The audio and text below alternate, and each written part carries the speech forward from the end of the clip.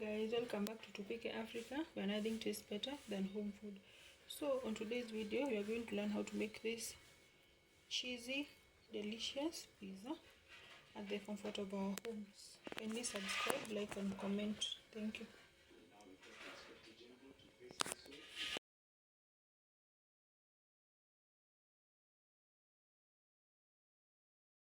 Pizza, welcome. This is how we start. You start by making pizza. Making the yeast. You put we are making pizza dough, and we start by putting 1 tablespoon of yeast in 1 cup of warm water. The reason as into why you use warm water is to make the yeast active and to prevent it from killing it, because hot water or cold water will kill the yeast. That is why you put it in lukewarm water. And you can also add in a little sugar and a little salt, because they are foods that can be eaten by the yeast. Like a half a tablespoon of sugar, and then have a teaspoon of salt. Those ones will be enough to be fed by the yeast. We know that sugar and salt, they are foods that can be eaten by the yeast. And then you give it a good stir. You can also do it in 2 ways. You can also put flour in a bowl, and then you add in the dry yeast directly. So you can make the yeast. You can add in the yeast to the pizza dough through the 2 ways, either putting it in lukewarm water or putting it direct in dry flour. And then you leave it for about 30 minutes for the yeast to rise. As the yeast is rising within the 30 minutes, you can now put in the flour in your mixing bowl. Here is my mixing bowl, and this is the flour that I'm using. I'm using about 250 grams flour. If you have a weighing scale, for the beginners, it is always important to use things like weighing scale to ensure that your measurements are right. But for me, because I'm used to it, I'll just have to use my eyes. That is about 200 grams flour. Put it in a bowl, in the bowl that you're going to make the pizza dough in. And then, because it is a delicious and nutritious pizza dough, we can add in things like eggs. You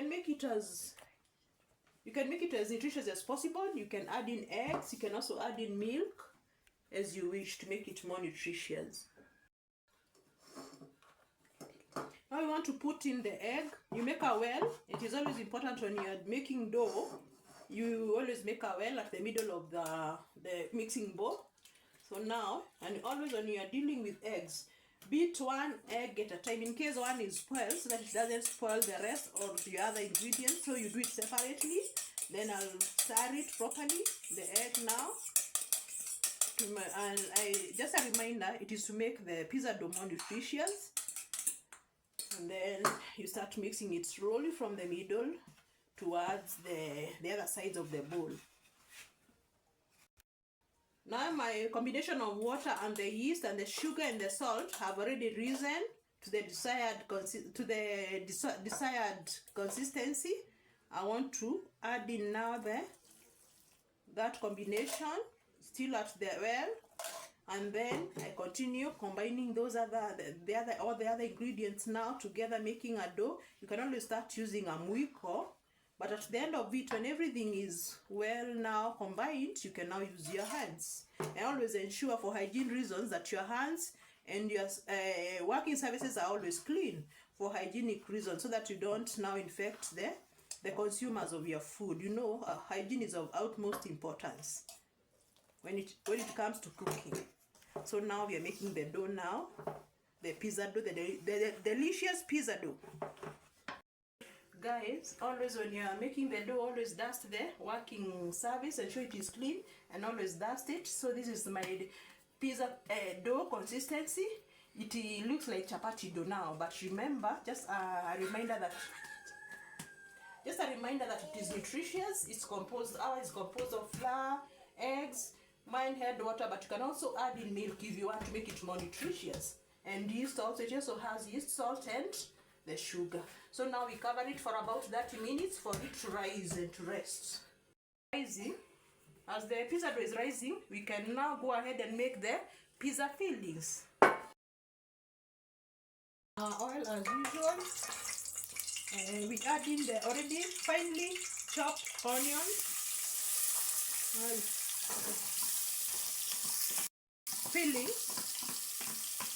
So you start by heating the oil, as before you are heating the oil, then adding in the finely chopped onions. Continue stirring, give them a good stir.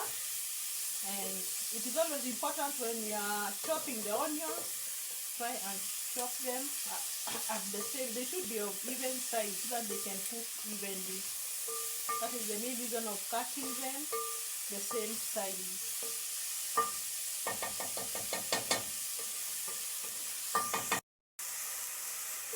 Our onions have already browned.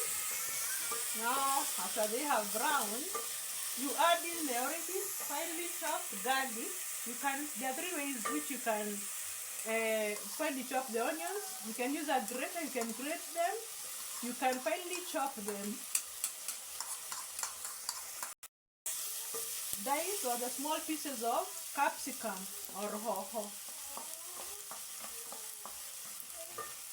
Continue stirring. You stir, then you let them cook. You stir them and then you let cook for about 2 minutes. Then you continue stirring and they are not burning. Add in the already diced tomatoes. And then in case you have the tomato paste, you can also put tomatoes at this juncture. You can also add in tomato paste. But in case you have a lot of tomatoes, as I have, you can always use the mini small diced tomatoes. But always when you're dealing with salt, always put to taste, and there's no problem because even though it is not enough, always correct that by once the food is ready, but you maybe put it to your desired taste. You say when it comes to salt, you put it to the desired taste. Ounces of salt. You can mash so that it can be cooked completely as you continue giving them a good stir.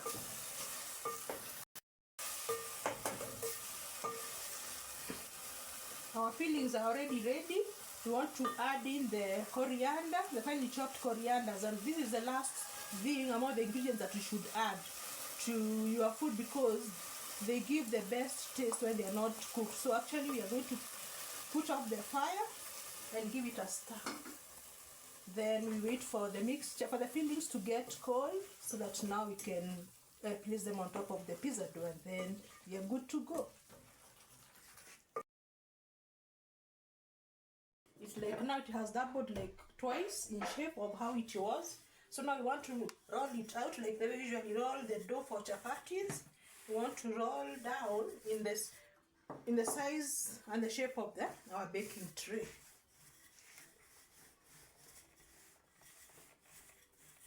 And actually, my preference when it comes to pizza, I prefer a thin dough. That is the one I find tasting well.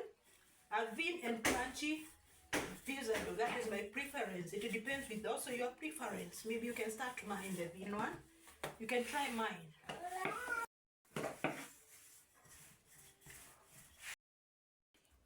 This is our pizza dough. I've already put it in the shape of our baking tray. You can do that with your hands like I'm doing.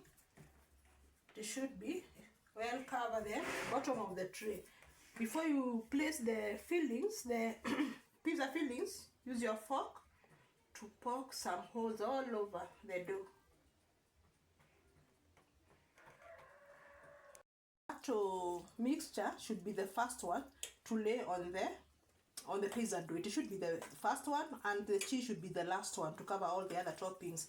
And it depends with your preferences of the toppings. You can put anything on a pizza, but you make sure they are tomato mixture and also the cheese. But these other things, the other fillings, they depend on you, on your preferences.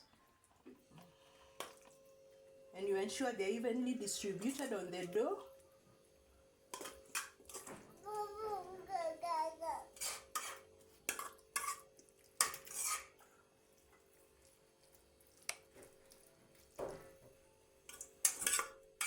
Distributed the tomato, onion and whole dania mixture. Now you are going to you add in there. My hands are already clean, as I told you. You always wash your hands as many times as possible in the kitchen. You should ensure your hands are always clean on the surfaces. So my hands are clean. That is why I'm using them to evenly distribute the meat, the cooked and the finely chopped, the small dices of meat, which I had already cooked before.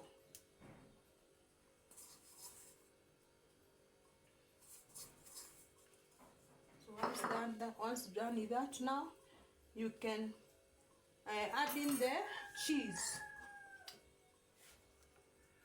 Something, my people, I had ham, they already grated ham. Now this is what I'm going to add on top of now the meat. I also evenly distributed using my clean hands.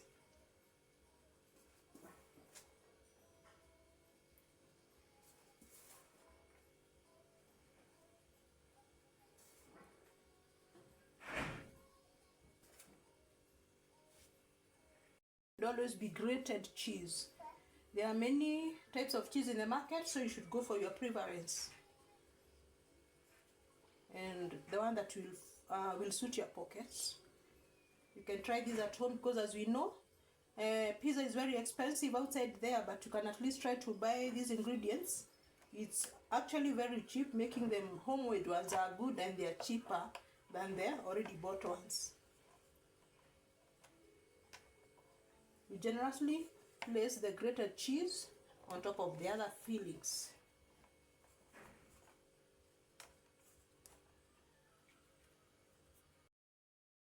Hello guys, welcome back to Tupike African, where nothing tastes better than home food. So on today's video, we are going to learn how to make gizzards at the comfort of our home.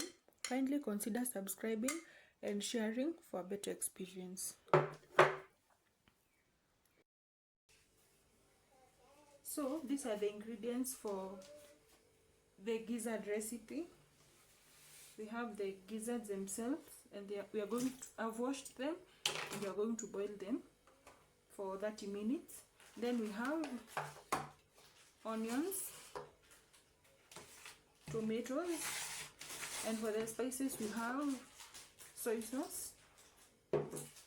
We also have ginger, curry spice, and garlic spice, but you can always use the spices that you want.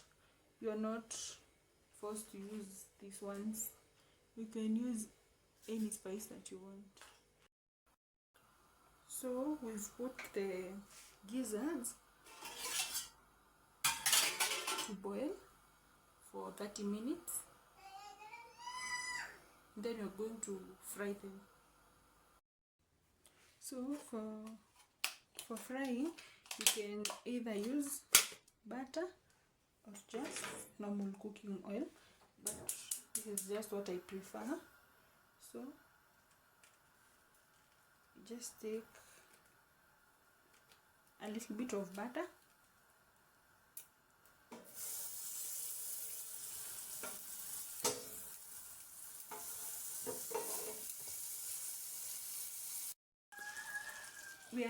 personally I've added butter because I wanted my gizzards to be creamy. So you let your gizzards, you let your oil heat, then you add your onions.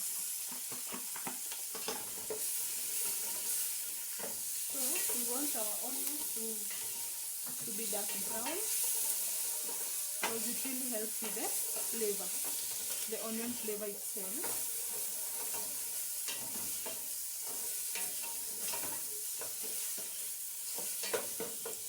And these are the gizzards that we boiled, and we also have our stock.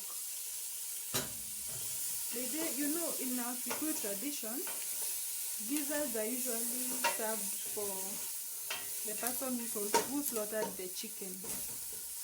Like, and mostly we usually give the males in our homes. It can either be a father figure or a sibling, uncle, grandfather, or the head of the home. If the head of the home is a female, we usually serve them the gizzards. So we have sauteed the onions, and then you always remember to put your spices at this juncture. So you add 1 tablespoon of ginger, then a tablespoon of curry spice, and also a tablespoon of garlic powder,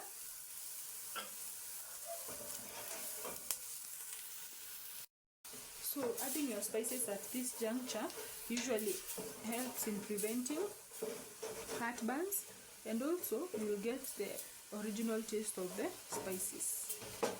So I've added a little bit of stock since I saw that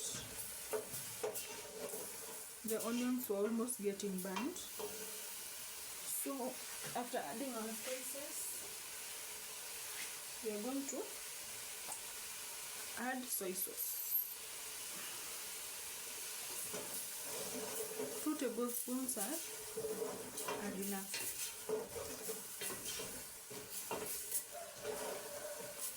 Okay.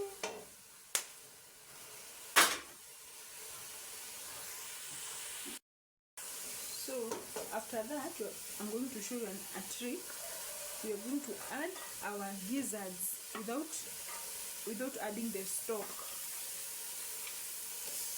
So the importance of this is the gizzards are going to absorb the spices and everything. So here we are going to let these gizzards cook without adding our stock for 7 minutes. But you should not let your gizzards ungua, because I said 7 minutes. No, you're just going to let, and the fire it's high. We're not cooking with medium or low, just cooking with normal. And then as you are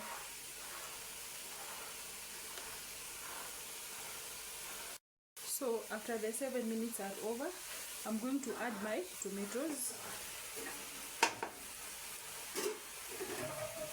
And since tomatoes sasa zimeshuka bei in Kenya, I am really maximizing.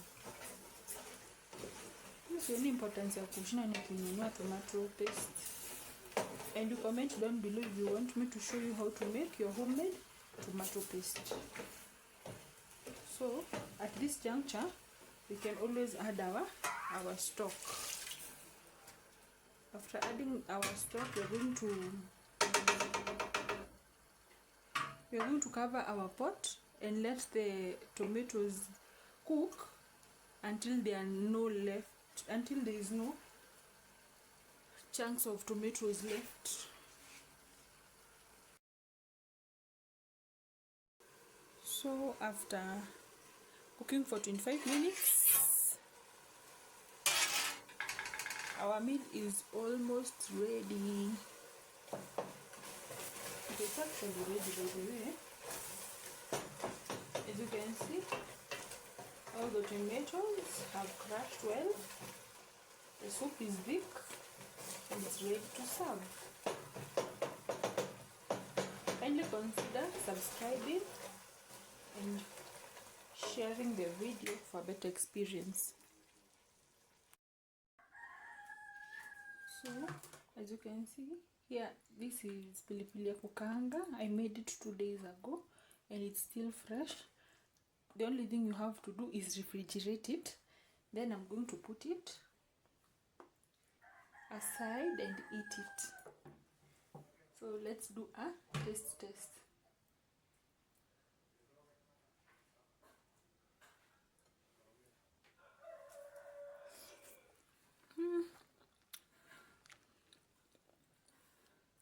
The link for pilipili ya kukaanga, I'll make sure that I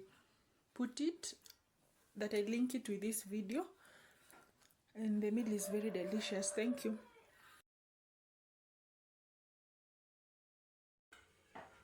So this is the aftermath, and we've already eaten some bits of it. It was so sweet.